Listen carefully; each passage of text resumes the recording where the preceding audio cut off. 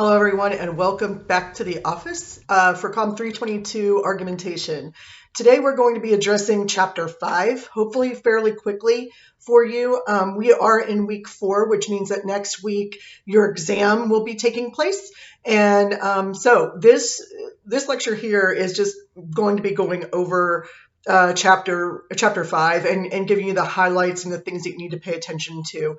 I will be giving you another brief video later this week before probably on Friday, honestly, that will explain your exam and give you sort of some ways to think about your exam. But those will just be reminders of what I've said previously in these lectures. So that I'll be putting up, as well as on Friday evening, I'll be putting up your exam online. It will be available to you to take whenever you want. Again, usually my exams take less than an hour, but you are welcome to take as much time as you need. You only have one attempt, but if you set aside a few hours or even a day and you go back and forth to it, that's fine. Just leave it open. Don't attempt to take it twice. Obviously, open book, open note, open lecture, everything. So take your time. You don't need to stress yourself out. Make sure that you do it at a time when it's convenient for you. And yeah, that's about all I have to say about the exam right now. The exam will cover chapters 1 through 5. So let's get to chapter 5 right now. Now, the previous chapters have all been sort of the basics about argument and how argument can kind of work. But this 5th chapter is talking about something that we say a lot, but I'm not really sure we understand exactly what we mean by it, and that is critical thinking. Argumentation and critical thinking, to me, are two sides of the same coin. You can't make a good argument without thinking critically about the argument that you're making or arguments against it. And likewise, you can't critically analyze any type of argument if you don't know how to make an argument. I hope that makes sense to you. So two sides of the same coin in my mind is argumentation and critical thinking, or critically thinking about that argument, I guess I could say. So your book starts off by first telling you some basics about how we think about argument. And the first thing that they talk about is propositions. Now, as you know, that is the academic term for claim or for an argument conclusion or for the point that you're trying to make, okay? Essentially, a proposition, they come in 3 flavors, and they are the thing that you're trying to convince people of. I'm proposing this thing. And it doesn't have to be a plan of action. You're making a proposal about how to think about something or how to address something or the value of something or whether or not we should do something or not. And those are the 3 types of propositions. I went through them very, very quickly. First, proposition of fact. A proposition of fact does not mean that you are proving something necessarily one way or the other. When somebody says that's a fact, I'm like, yes, which makes it debatable. Now, as you read through this chapter, you're going to see that going all the way back to Hermagoras, who is credited with the stasis system, although it's hard to tell. Honestly, we don't know if it was him or if it was Cicero or somebody else, but generally Hermagoras gets the credit for this. The stasis system, as he wrote it, is specific to courtroom argumentation. So we'll get to that in a minute. But even back to 200 BCE, we were hearing these 3 ways of debating. So the question of fact, or the proposition of fact, is a statement that can be proved true or not true. Okay? It can be proved as true or proved as untrue. So when you say to me, that's a fact, and I'll say, okay, but is it true or is it false? You might be thinking that's a crazy thing, that nobody talks like that, nobody thinks like that, and you're probably right, which is actually part of the problem with argumentation in the public sphere. Let me explain how that works. There are people out there who make the statement, the Holocaust did not happen. So that whole World War II Hitler thing, that was just a lie. It was created to justify us going to war in World War II. Okay, that is a question of fact. That is a proposition of fact. Now, is it true? Well, I don't happen to believe so. No, I happen to believe that the Holocaust did happen. But is it a question of fact? Yes, it is. Much like if I say the Holocaust did happen, that is still a question of fact. a proposition of fact. I'm stating something that I believe to be true that happened, but is that debatable? Well, yeah, to some people it is. So whenever I talk about premises in an argument, like I have in the past couple of chapters, whenever I talk about a generally agreed upon truth or a generally agreed upon premise, this is what I'm talking about. Generally, people believe that the Holocaust did in fact happen. It's going to be few and far between that do not. So, when we consider our audience, when we do our audience analysis, is that something that we have to take into consideration, that the people we are speaking to may not agree with us that the Holocaust happened or that World War II happened? I don't know. Pick your poison there. Generally, we can assume that most people agree that those things did in fact happen. Okay, so you might think that's nuts, but believe me, it's out there. Just like the people who think that the earth is flat, although there's a bigger following for that than the, I don't know how to put it, the Holocaust deniers. Okay, so when we talk about the presidential election in 2020, and I say Donald Trump won that election, that is a question of fact. Now, do I happen to think that there's enough evidence out there to suggest that no, Joe Biden is the president? Yes, I do. That justification exists. But when we talk about quote unquote election deniers, what we say are people who disagree with the statement of fact that Joe Biden is the legitimate president. And you can disagree with that, even though it's a proposition of fact. Okay. I hope that makes that very clear to all of you about how that works. I tried to go through all of the different time periods that I could if you're a history buff, or even if you are paying attention to current events. If you're not doing either, I'm not super sure how to help you with that. So I'm going to have to leave it there. But questions of fact or propositions of fact are not necessarily true. They are always debatable. Okay. Now, propositions of value. Propositions of value are about the quality of something. Is it good? Is it bad? Is it ugly? Is it pretty? Is it stable? Is it going to work? No, that's policy. Is it stable? Is it something that contributes to American patriotism? Is it in line with a value that we all hold? If so, what is that value? What is the quality of the thing that we're proposing? Now, you might be wondering, what the hell is that? Okay, well, this is pretty simple, actually. If we want to talk about a debate that we're having currently in the real world, in the public sphere, democracy is a good thing. Democracy is defined a certain way, right? And so is a good thing defined a certain way. Democracy as a good thing is a proposition of value. It is, you're able to disagree about it, but it is a moral or value issue. It's a question of quality. It's not a question of quantity. We're not asking, does it exist? We're talking about the quality of it. Is it a good thing? Is it a bad thing? All right. And then questions of policy are pretty easy to understand as well. These are almost always stated as a should or should not proposition. We should run a special election in Nixa City Council because there are 2 vacancies on the City Council. We should go to Spain for our study away program. Okay. We should not run red lights because that can cause an accident. Like literally everything that we say should or should not happen. This is obviously policy. Propositions are generally used in deliberative rhetoric.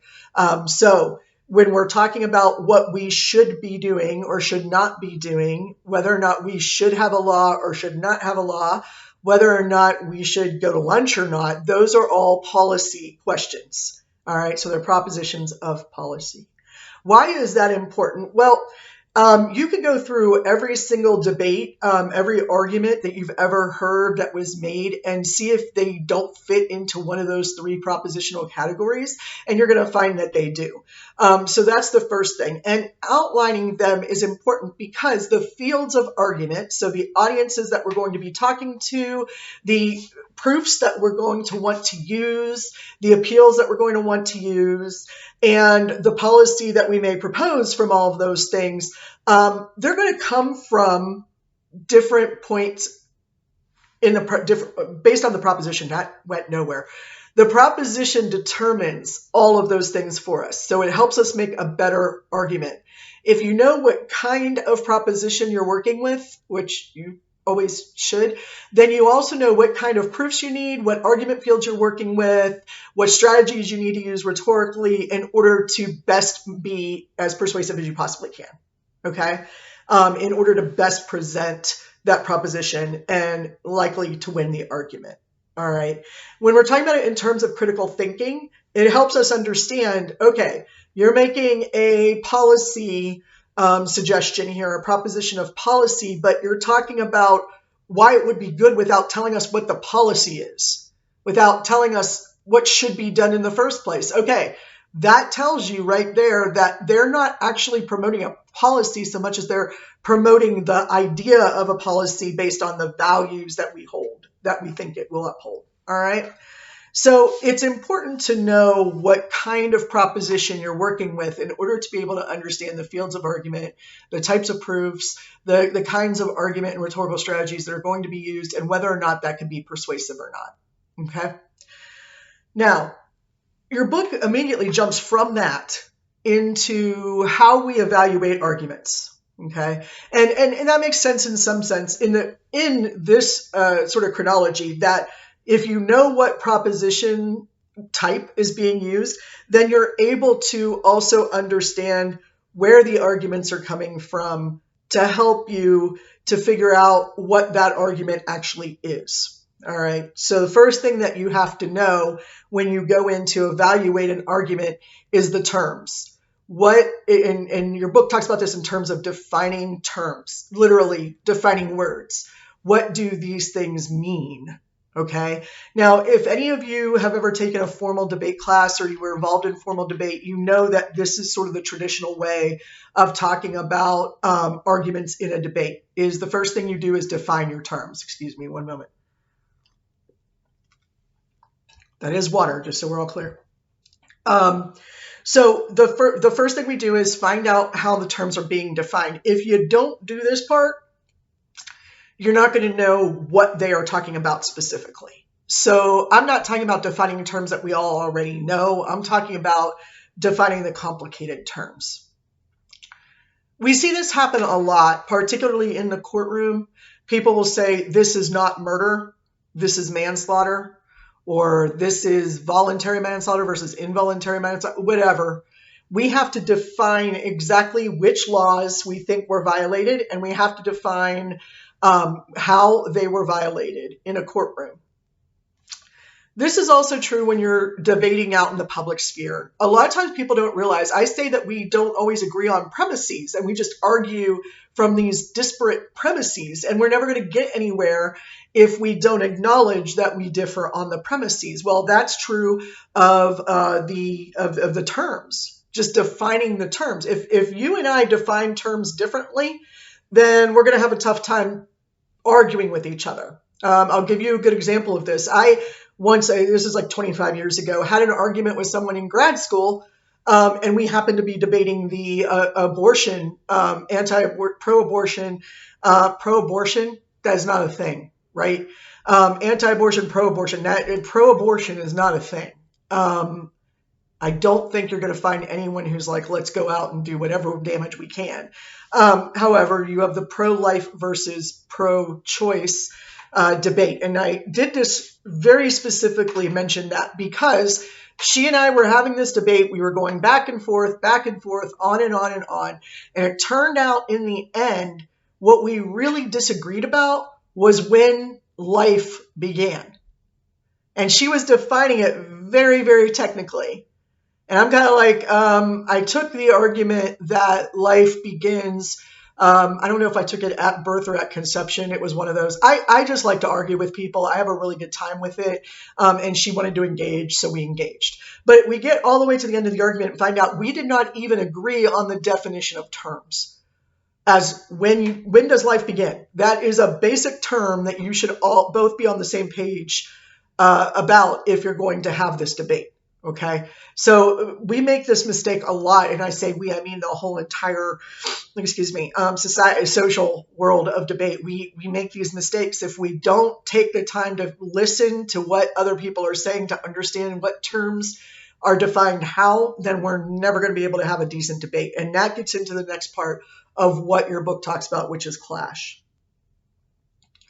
Your book says that you have to be able to find clash. Well, okay. If you know what kind of proposition you're dealing with and you know what the terms are, then you need to find out where the disagreement is.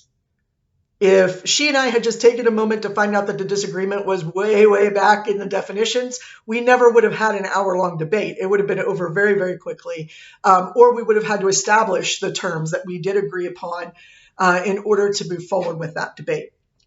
So you have to find where it is that your two oppositional ideas are meeting before you can move on. All right, and they again go back to Hermagoras, and this is where I was talking about the stasis system. Now, the stasis system is something that is used almost like purely only in a court of law and in court of law argumentation, okay, because that's where it was occurring during for a long time. That's where debate was occurring. It wasn't occurring out in the streets. It was occurring in the courtrooms and in political speeches and in ceremonial addresses. That's where it was happening. So Hermagoras gives 4 levels for claims. Levels, I'm not sure I like that term, but we'll run with it because that's what your book says. These claims, questions of fact of what has happened. Now, if you're in a courtroom, obviously something is being claimed to have happened. What is that thing? Well, usually it's a violation of our law in some way or another. I mean, otherwise you're not in a courtroom, okay? So what happened has to be defined. That's the first question, is you're looking at the level of the argument at the point of fact. What did and did not happen. We have to establish that. Then we have to get into defining the terms, which normally is done in terms of the laws, which laws were violated. And this is where I was talking before about, levels of murder, for example. We have different there's murder 1. I don't know what murder 2 is. There's manslaughter, which is not the same as murder. I mean, we have all these different sort of levels and definitions of the law of murder. So we have to know what law we're working with. We have to define our terms very clearly. First, we've established what happened, and then we establish what the laws are that should be guiding our decision making here.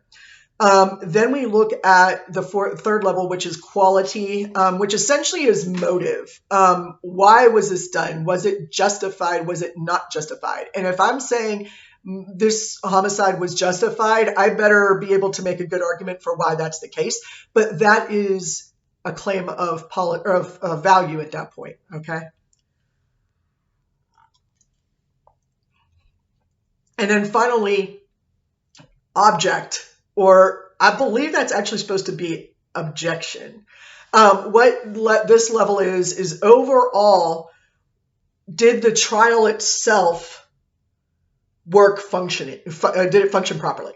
Did it work properly? Was it done properly? Was there anything that was done that should not have been done? Okay, what the hell does all that mean? Well, this isn't that hard to see. If you watch Law and Order, if you watch any of the Law and Orders, if you watch any legal show, if you're going to law school, you will learn this again. Think about a trial. And this, by the way, is not just levels. It's an order of structure, okay? So what's the first thing that you do? You put people on the stand and you start saying, describe to me what happened. Or you submit evidence and say, here's what happened. You have people testify. You have evidence that is external, usually to everybody. In other words, artificial proofs. And then you have, once you establish what quote unquote happened, Then you have the lawyers talk about the definition of the terms for what's happened. And a lot of times this can be seen as a lawyer saying, so you shot this person because they came onto your property and you felt threatened. And let's say that the person says yes. Then you're establishing that the law should be applied in terms of that motive, which is the next level. That the motive for killing was a justification. It was justified in some way by the law. So yes, the fact is that one person shot another. Person A shot person B. In the definition of the law, that would be seen as either murder one, manslaughters, various forms of manslaughter, or justified homicide. Okay. And therefore, we have to figure out what the motive was. And if you believe that it was justified, then you know that that is a justified homicide, which is very different from, let's say, murder one. Okay. During the trial, you will hear the word objection, right? It comes out a lot. I object to that use of that term, or I object to this line of questioning for whatever reason. And there's a whole list of reasons for why you can object in a courtroom, right? So we know that I'm sorry, I do now have in my head objection hearsay, that little ditty from TikTok during the Johnny Depp and Amber Heard trial, and not to weigh in on that on either side, but to say that that is now stuck in my head.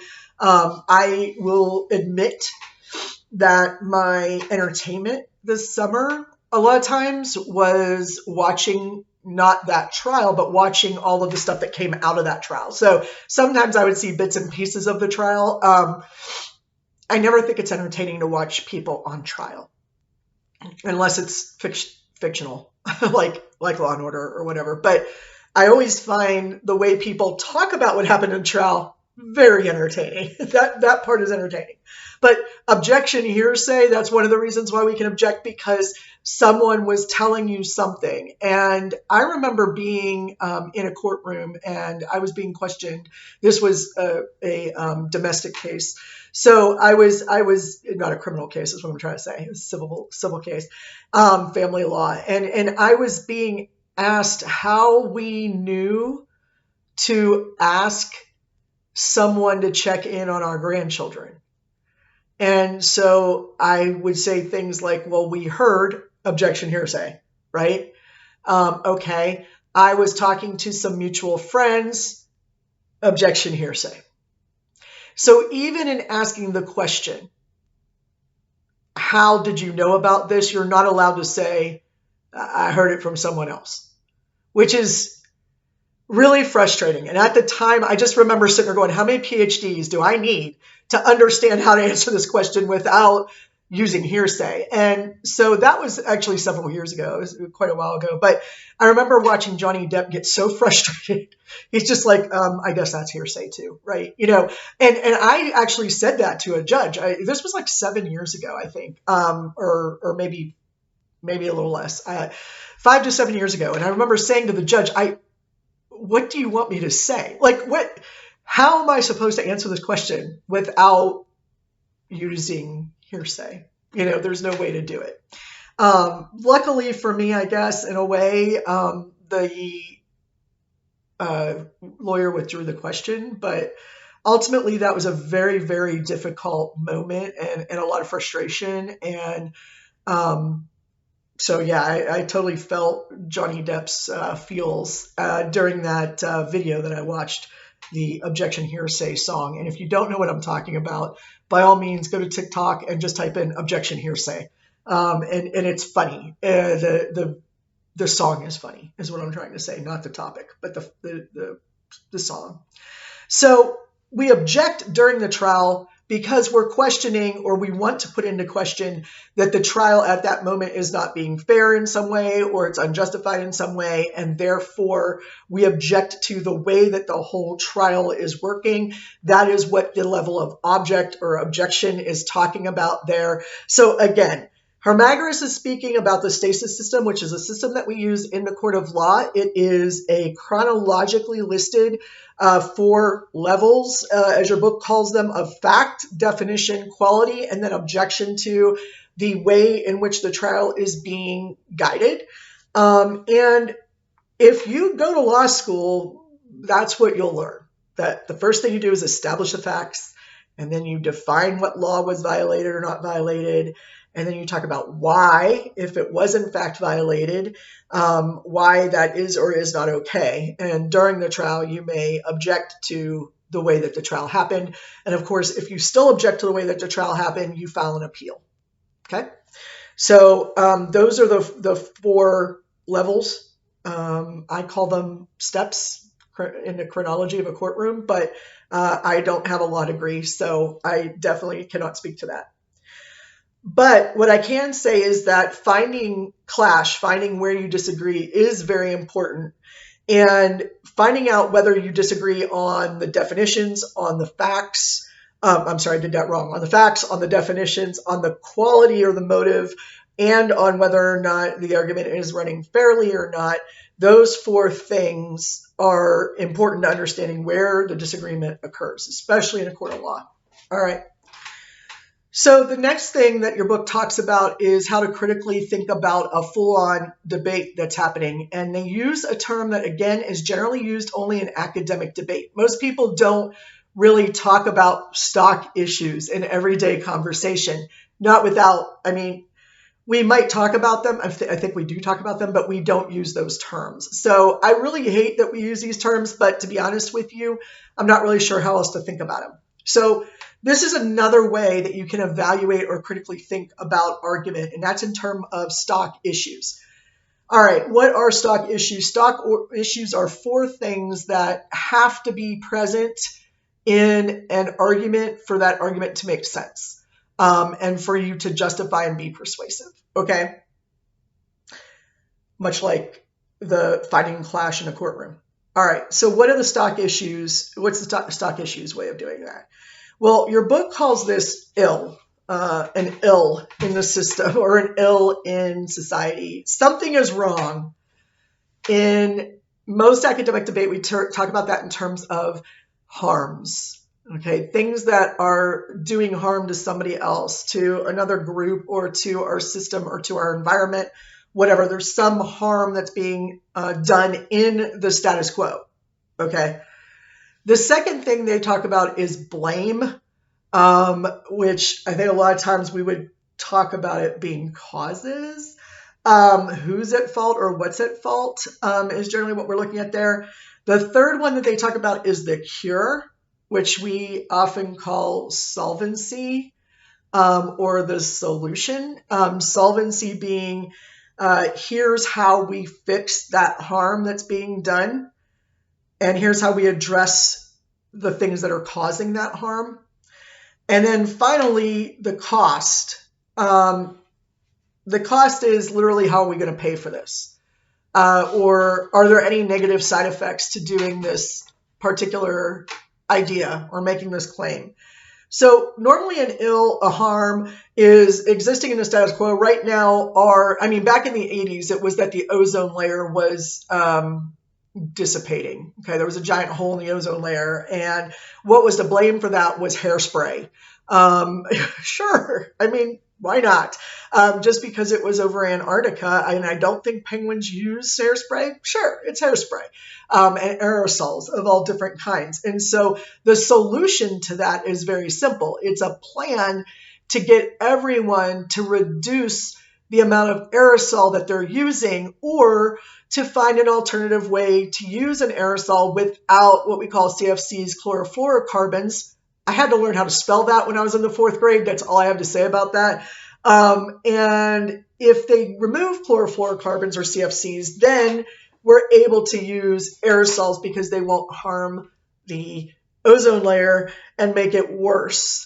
And what is the cost to that? Well, whatever the cost is to the companies to change to a non-CFC aerosol, Aquanet basically went out of business, I believe. And what are the other costs? Well, that is to the people. Um, if people can't buy that hairspray anymore, then I guess there's no harm, no foul. But if they can only buy hairspray with no CFCs, if they pay like a lot of money for it, then that might not be possible and your plan is going to fail.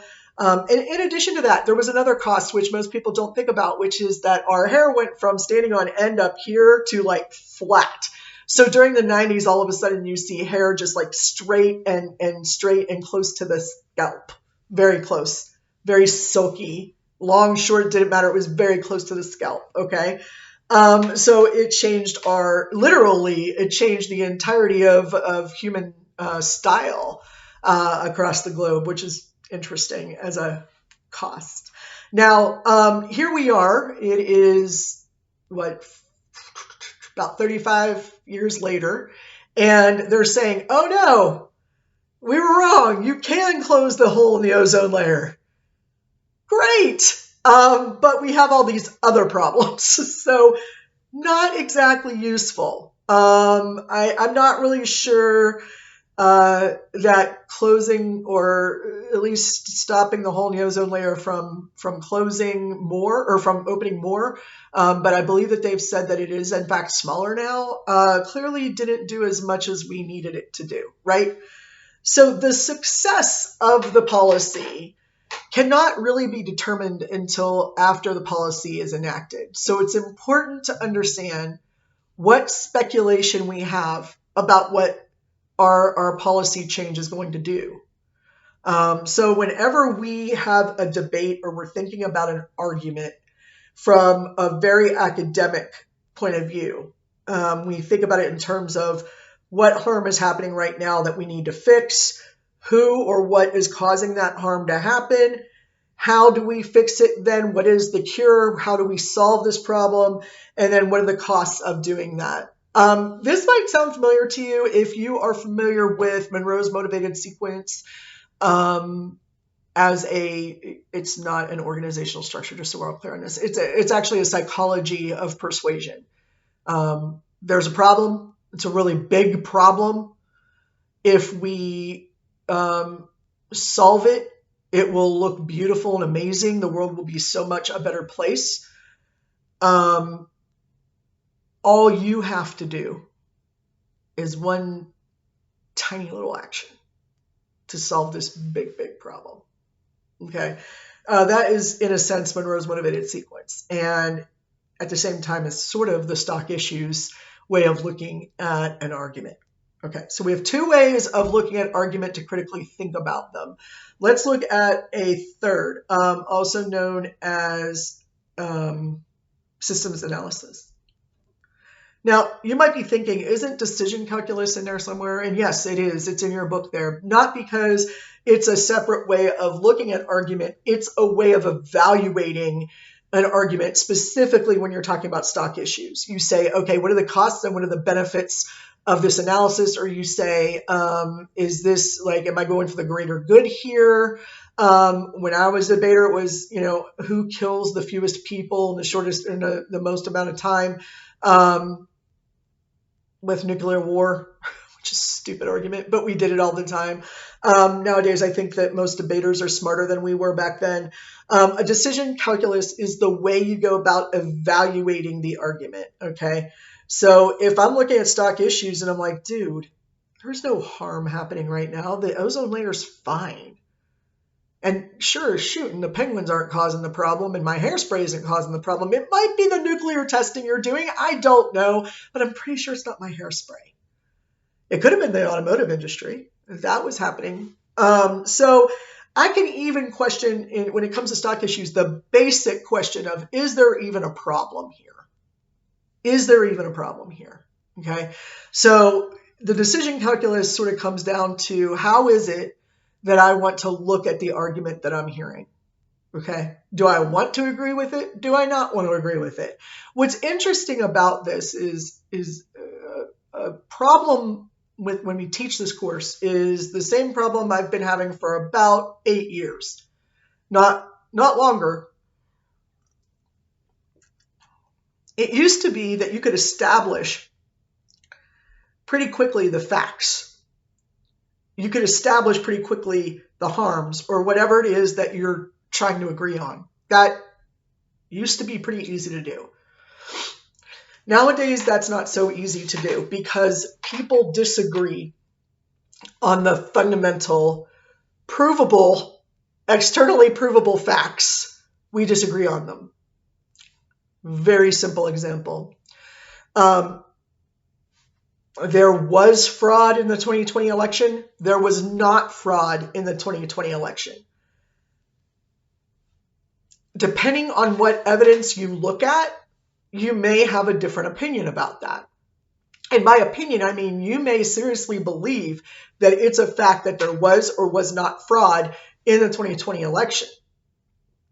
And here's what happens. We think to ourselves, I don't know which way to go on this. Take your pick. I believe there was fraud. I don't believe there was fraud. And everything that we surround ourselves with reinforces that thought. And if you're a person who's around the idea of it was not fraudulent, then you don't understand why we can't move past the election. Biden's been president for 2 years. We have other problems to solve. I don't know if everybody's been paying attention, but we've got like this pandemic thing going on, and there's a war in Ukraine and Russia that we may or may not need to be involved in. We may or may not be involved in already. And I mean that in a very real lives on the line sort of way, a war that you all have no concept of just yet. And hopefully you never will. I'll be honest with you. I really hope you never will. Those types of reinforcements of our thought. A lot of times people refer to this as a bubble that we're in, or an echo chamber, or whatever metaphor you want to use, that we will lean in to the argument that we believe to be true. And it's very hard to convince someone who fundamentally believes that the election was fraudulent or wasn't fraudulent. It's very hard to break them out of that to help them see the other side of that argument. Okay. And each of us individually kind of sit down and go, okay, I've looked at what I believe to be true, and I've determined that there was not fraud or there was fraud in the 2020 election. The problem with that is if you're not looking at the evidence yourself, then who are you listening to? So you need to think really hard about where that information came from. Question the propositions of fact, no matter what side of that debate you're currently on. Try to remove yourself from being on one side or the other to look at things what we used to call objectively, which you can't. Okay, we all have our leanings, but you try to look at it from not one side or the other in order to get ourselves out of those echo chambers. All right. So your decision calculus is highly dependent on your environment and sort of what you already know and think, okay, and believe. So, but a decision calculus can be made by thinking, all right, I can step out of the idea that the election was not fraudulent and step out of the idea that it is fraudulent and go and look at the evidence and do my analysis based on what I know to be true, and see where I come out. But it's very hard to do. Very hard to do. The third main type of analysis, critical thinking that you can do with an argument, of course, is systems analysis. I keep wanting to say systems analyst because that's like a job. I don't even know what they do. But a systems analysis is when you look at the argument as a system itself. So you look at, let's say, for example, a car and how a car runs. That's a whole system. All of the parts are dependent on each other. When you change one, you change the others. Most people don't realize that about a car. They're connected. There is a set structure for how it's supposed to occur. I missed one. And usually the systems function in a chronological way. So you've got step 1, step 2, step 3. So if your spark plugs are misfiring in your car, that's going to affect whether your car can start or not. Right? It has nothing to do with the starter necessarily, but the spark plugs might be gone. spent a lot of time learning about governors and alternators and what was the other one I was just talking about? Radiators. It was something else. And it's like two of the three of those don't exist on cars anymore. It's like, oh, well, that's not useful, is it? So, but when you look at a system, if you look at an argument as a system, what you're looking at is that the argument is constantly changing. Okay. You're looking at these parts that are interdependent and changeable and malleable. And if you affect one, you affect the whole system. But how do you affect it? What does it do? You're looking at a constantly changing system in front of you that you're trying to evaluate. So 3 ways that we can really think about our arguments. In the courtroom is a very specific one from the stasis system. You got the stock issues debate, and you've got the systems analysis. And really your decision calculus only occurs in really the stasis system or in the stock issues system of looking at at argument and evaluating whether or not an argument is good, bad, runs one way or another. It's not easy to critically think. You have to sort of get into a zone to do it. It's hard work. And so we want to take shortcuts a lot. And if you've taken persuasion already, or if you're going to be taking persuasion, you will learn about those shortcuts that people take in their brains. And maybe you already know your shortcuts. I mean, I already know mine. It's easy for people to say, well, I always vote Republican, so I'm voting Republican. I always vote Democrat, so I'm voting Democrat. I never vote Republican or Democrat, so obviously I'm going to be voting for something else.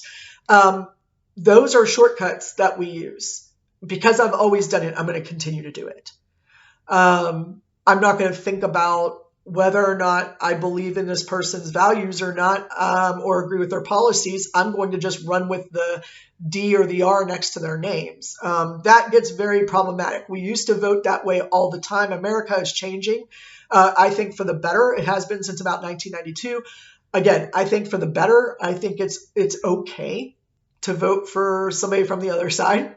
I think I've been doing it all my life. And so if, a lot of people talk that talk and say, well, I don't care if you're Democrat or Republican. I just want to hear what you have to say. But then they either don't vote, or when they go to vote, they're just like, well, what's the easiest way just to fill this out? And it's like, that's not what you want to do. You want to actually look at the names and just determine who you want. For example, I don't know if I want to marry Adam Kinzinger or just have him represent me. I love that guy. And I'm born and bred a Kennedy Democrat, which means a pretty conservative Democrat, actually.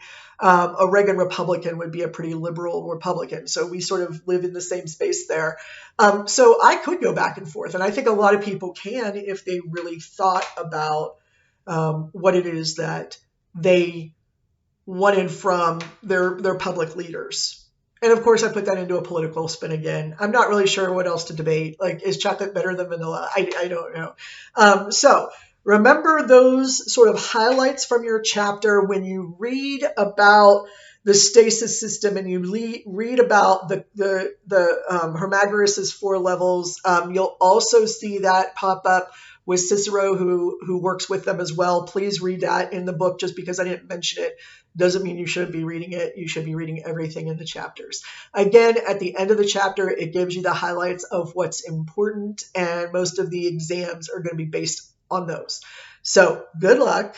I hope you've been reading this whole time. Otherwise, trying to get through those 5 chapters really, really quickly over the course of the next week and a half might be difficult for you. I hope not. I hope that's not the case. And I will be in touch later this week with a review of sorts, an explanation of your exam, and posting your exam so that you can take it at your convenience whenever you're ready to do so. All right, everybody, have a good week. I'll see you at the end of it.